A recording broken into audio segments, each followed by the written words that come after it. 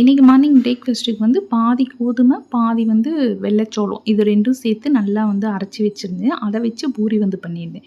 ரொம்ப சூப்பரா இருந்துச்சு. எப்பவும் வந்து பூரிக்கு மாவு பிசையிறப்ப கொஞ்சம் திக்கா பிசைஞ்சிட்டோம் அப்படின்னா, நீங்க வந்து சுண்டலோ இல்ல எது சேர்த்து நீங்க கோதுமை கூட அரைச்சி வச்சுருந்தீங்கனாலும் பூரி சூப்பரா வரும். டேஸ்ட் கொஞ்சம் வித்தியாசமா இருக்கும்.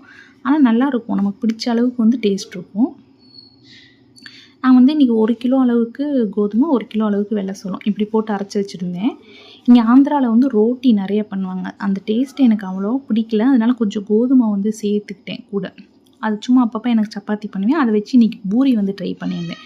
ரொம்ப சூப்பரா இருந்துச்சு. அதுக்கு வந்து எப்பவும் போல் வெங்காயம், தக்காளி சேர்த்து கடலை மாவு கரைச்சி ஊத்தி ரொம்ப சிம்பிளா வந்து பண்ணியாச்சு. இந்த அளவுக்கு வந்து திக்கா இருந்தா தான் வந்து நீங்க சுண்டலோ, இல்ல பாசி பயிரோ எது சேர்த்து கோதுமை கூட அரைச்சி வச்சிருந்தாலும் பூரி பண்ணாலும் சூப்பரா வரும். இது மாரி நீங்க என்ன சேர்ப்பீங்கன்னு சொல்லுங்க.